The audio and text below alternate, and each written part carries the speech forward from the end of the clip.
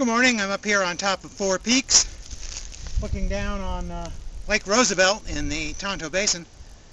And I'm going to break here to talk some anime. Ghost in the Shell.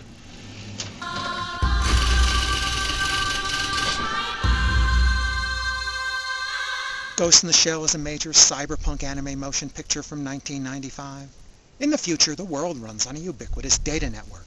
Many humans have been augmented with cybernetics in their brains and physical prosthetics in their bodies.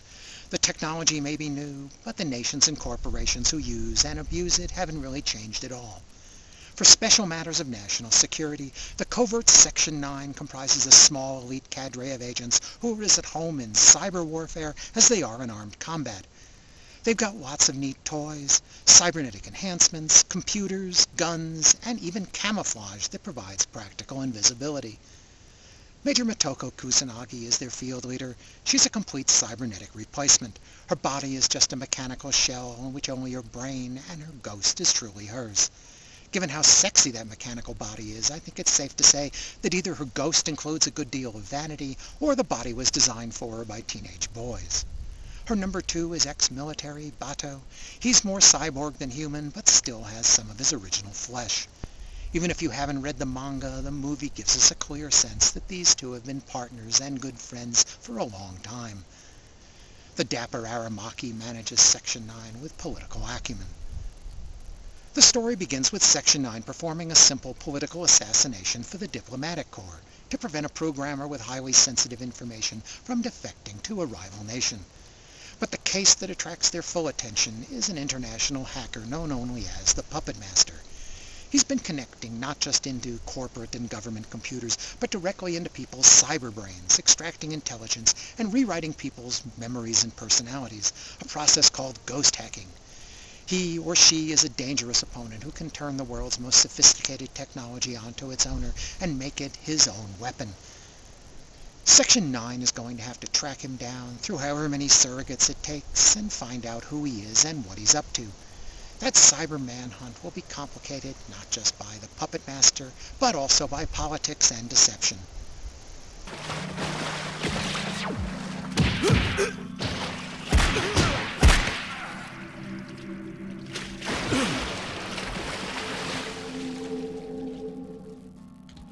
Got him, huh? It's no use arresting me. I'm not talking to any goddamn cops. Talk? You don't even know your own name, you stupid dickhead. Huh? Ghost in the Shell is based on a manga by Masamune Shirow. It was directed by Mamoru Oshii. With his 2 Pathwaver movies, Oshii was part of the creative team at Headgear that decided the storyline. Here, he got the okay from Shirow to put his own stamp on the manga story, and together with his frequent screenwriter collaborator, Kazunori Ito, they made some changes. The character designs are also much more mature and sophisticated than in the manga, though the mechanical accessories are simpler.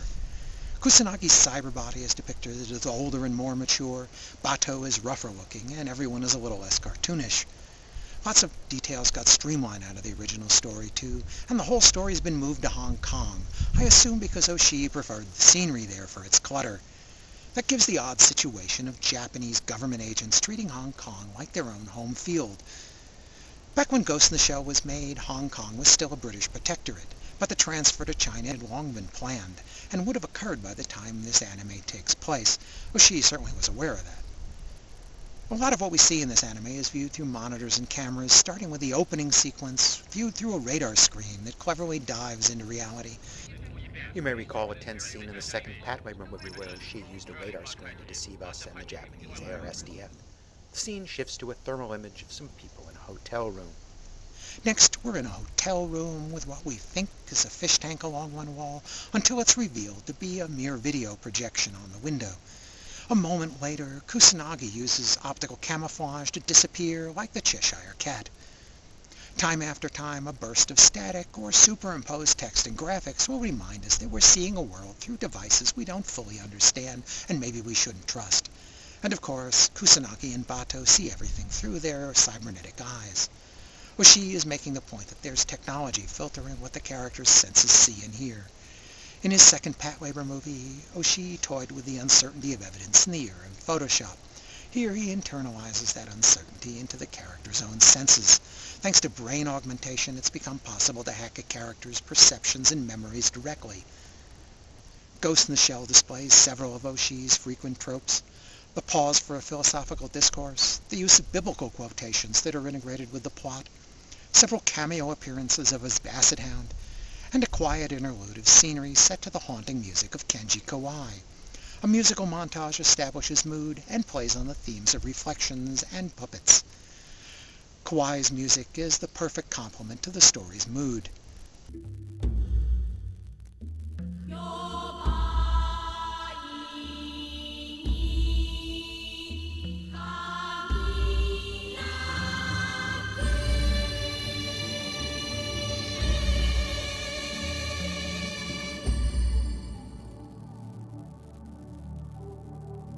Director Oshii is interested in exploring Shiro's themes of the blurring of the line between man and machine. There are plenty of ghostless robots in Shiro's world, mere imitations of life, but Kusanagi is a human whose ghost inhabits a fully cyborg body with only the word of doctors that there's some part of her original organic brain left inside her titanium skull. And we also have another character, a disembodied sentience that also appears to have a ghost and acts as Kusanagi's mirror image.